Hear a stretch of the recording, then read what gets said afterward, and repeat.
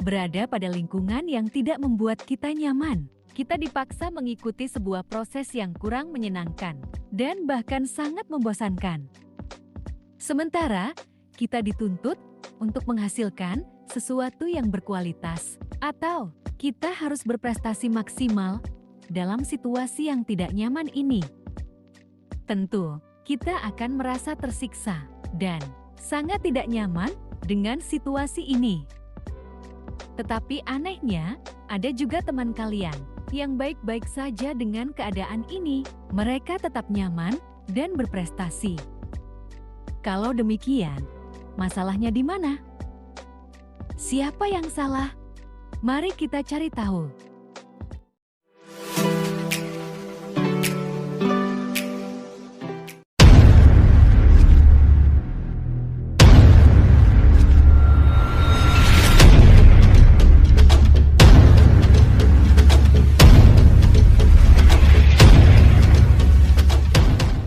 Halo teman-teman, selamat bertemu kembali di channel YouTube yang ngeselin tapi bikin rindu.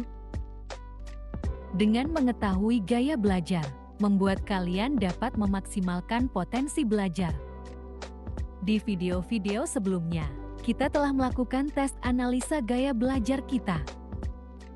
Saatnya kita atur strategi belajar kita menurut hasil analisa itu. Di video kali ini, kita akan membahas tentang bagaimana menyusun strategi belajar berdasarkan gaya belajar kita. Tetapi, izinkan dulu Cemi ngejelasin tentang gaya belajar dan ciri-ciri orang yang sesuai dengan gaya belajarnya. Let's play, intronya dimainkan dong.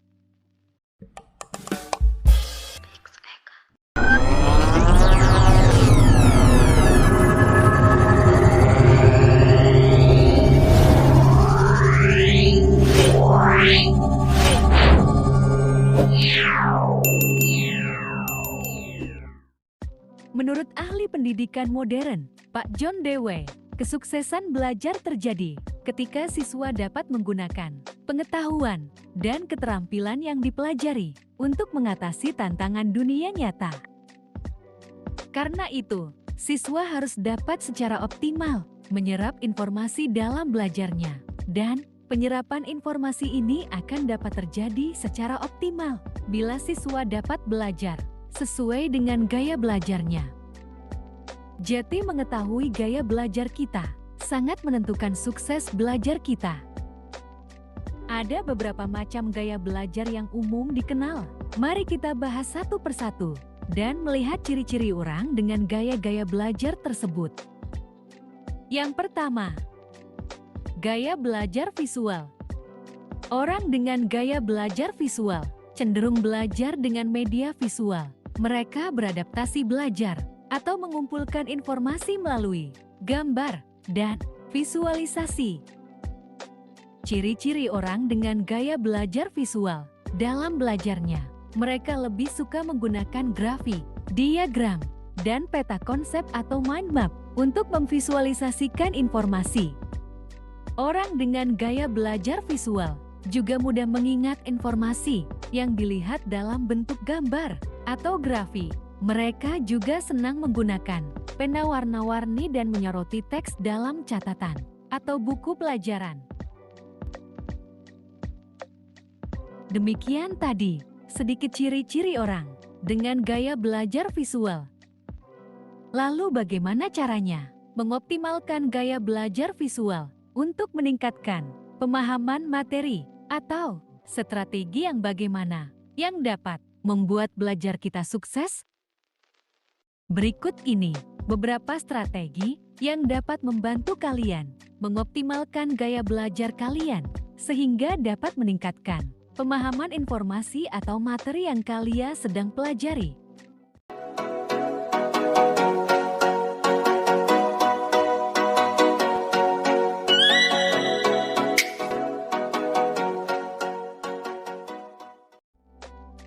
Pertama, menggunakan gambar dan diagram. Salah satu ciri khas dari gaya belajar visual adalah kemampuan untuk memproses informasi melalui gambar dan diagram. Saat belajar, manfaatkan gambar dan diagram yang relevan dengan materi yang sedang kalian pelajari. Misalnya, saat mempelajari struktur anatomi manusia, gunakan ilustrasi atau gambar untuk membantu kalian memvisualisasikan bagian-bagian tubuh dan hubungan antara mereka. Dengan memanfaatkan visualisasi ini, kalian dapat memperkuat pemahaman dan memori kalian terhadap materi yang dipelajari. Strategi kedua, membuat catatan visual. Apa itu catatan visual? Catatan visual adalah catatan yang berisikan gambar, skitsa, dan diagram. Tujuannya untuk menyimpan informasi. Mungkin orang lain tidak dapat mengerti isi catatan itu, hanya kalian sendiri yang mengerti. Bagaimana jika suatu saat guru menyuruh kumpulkan buku catatan? Apakah nanti tidak kena marah? Apa ndak bahaya tah? Jika guru kalian marah ketika melihat buku catatan visual kalian, ajak beliau nonton video ini. Tapi saya rasa guru kalian tidak akan marah dan mungkin hanya senyum-senyum melihat buku catatan visual kalian. Karena guru zaman now pasti sudah paham dengan model catatan visual si mata tajam. Catatan kalian si gaya belajar visual. Ketika kalian mencatat informasi, gunakan tinta warna-warni, tanda panah artistik, atau ikon-ikon lucu untuk menyoroti poin-poin penting atau menghubungkan konsep yang terkait. Hal ini akan membantu kalian dalam mengorganisir informasi dengan lebih jelas dan memudahkan pemahaman saat kalian mengulanginya di kemudian hari. Strategi ketiga, menggunakan peta pikiran. Peta pikiran atau mind map adalah visual yang digunakan untuk merepresentasikan gagasan, informasi, atau konsep secara hierarkis dan terorganisir. Peta pikiran biasanya menggunakan gambar, kata kunci, dan tanda panah untuk menghubungkan konsep-konsep yang saling terkait. Tujuan dari peta pikiran adalah membantu pemikiran kreatif, perencanaan, pemecahan masalah, dan pemahaman informasi. Peta pikiran atau mind map adalah alat yang sangat berguna bagi orang dengan gaya belajar visual. Buatlah peta pikiran saat kalian mempelajari materi baru. Mulailah dengan menulis topik utama di tengah kertas, kemudian cabangkan subtopik dan detail-detail terkait. Gunakan simbol, warna, dan gambar untuk memperjelas hubungan antara konsep-konsep yang berbeda. Dengan membuat peta pikiran, akan membantu kalian mengorganisir informasi dengan sistematis dan memudahkan pemahaman konsep secara keseluruhan. Strategi keempat, menonton video pembelajaran. Seiring perkembangan teknologi, video pembelajaran telah menjadi sumber belajar yang sangat populer. Orang dengan gaya belajar visual dapat memanfaatkan video pembelajaran untuk memperkuat pemahaman materi. Carilah video pembelajaran yang menyajikan konsep yang sedang kalian pelajari. Carilah video-video yang jelas pemaparannya dan tentu yang visualnya menarik. Video-video di channel Chemi Corner contohnya.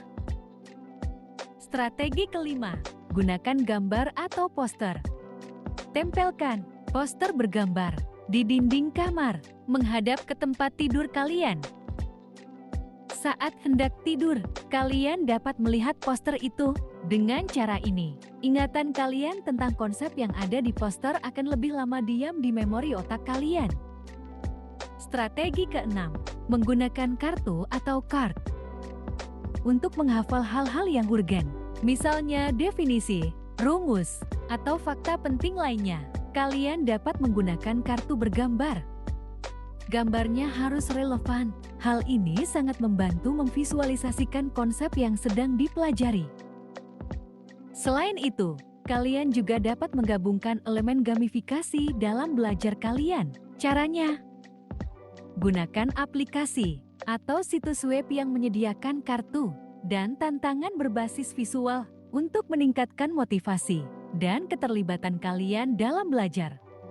Ada banyak cara atau strategi lain yang kalian dapat susun. Keenam poin di atas hanyalah contoh, silahkan dicoba atau dimodifikasi, terserah kalian. Semua sesuai dengan kebutuhan belajar kalian. Silahkan eksplorasi berbagai strategi yang sesuai dengan gaya belajar visual kalian dan temukan kombinasi yang paling efektif bagi kalian. Dengan konsistensi dan kesabaran, kalian akan melihat peningkatan yang signifikan dalam hasil belajar kalian. Selamat belajar! Untuk dua gaya belajar yang lain, yaitu gaya belajar auditory dan kinestetik. Silakan lanjut ke video dengan judul yang sama pada bagian kedua.